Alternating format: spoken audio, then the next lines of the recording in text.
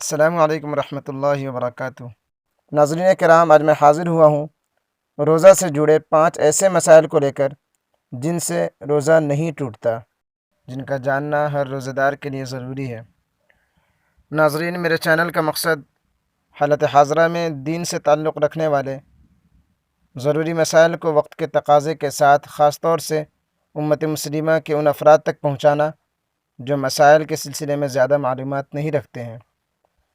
ابھی فی الحال چونکہ رمضان کا مبارک مہینہ چل رہا ہے، اس لیے روزے سے متعلق اہم مسائل کو پیش کیا جاتا ہے۔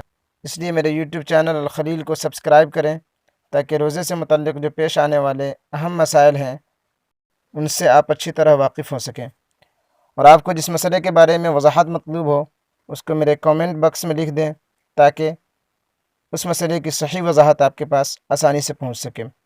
چلیے ویڈیو شروع کرتے ہیں۔ پہلی نظر سرخیوں پر۔ نمبر 1، بھول کر کھانا پینا یا جمع کرنا۔ نمبر 2، روزے میں خون ٹیسٹ کرانا۔ نمبر 3، روزے میں انجیکشن یا ٹیکہ لگوانا۔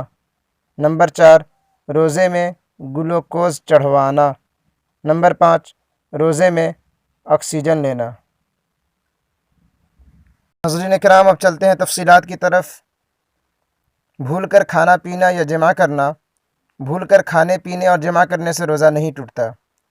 نمبر 2، روزہ میں خون ٹیسٹ کرانا۔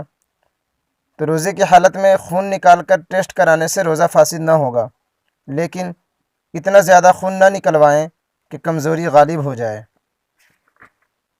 نمبر 3، روزے میں انجیکشن یا ٹیکہ لگوانا۔ اگر روزے کے دوران انجیکشن لگوایا یا ٹیکہ لگوایا تو اس سے روزے پر کوئی فرق نہیں پڑا، لیکن اگر ایسا انجیکشن ہو کہ دوا براہ راست دماغ یا معدے تک پہنچتی ہو تو روزہ ٹوٹ جائے گا۔ نمبر 4، روزے میں گلوکوز چڑھوانا۔ روزے کی حالت میں گلوکوز چڑھوانے سے روزہ نہیں ٹوٹتا، کیونکہ دوا براہ راست دماغ یا معدے تک نہیں پہنچتی بلکہ رگوں کے واسطے سے جاتی ہے، لیکن بلا عذر ایسا نہیں کرنا چاہیے۔ نمبر 5، روزے میں آکسیجن لینا۔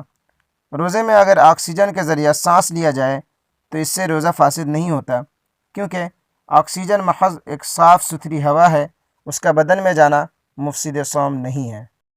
ناظرین کرام، امید ہے کہ میری یہ ویڈیو آپ کو پسند آئی ہوگی، اس لیے اسے زیادہ سے زیادہ ان لوگوں تک شیئر کریں جو اس طرح کے مسائل سے ناواقف ہوتے ہیں، اور میرے چینل کو سبسکرائب کریں اور بیل آئیکن دبانا بالکل بھی نہ بھولیں تاکہ وقت پر ہر نئی خبر اور ہر نئے مسائل آپ کے پاس آسانی سے پہنچ سکے۔ والسلام۔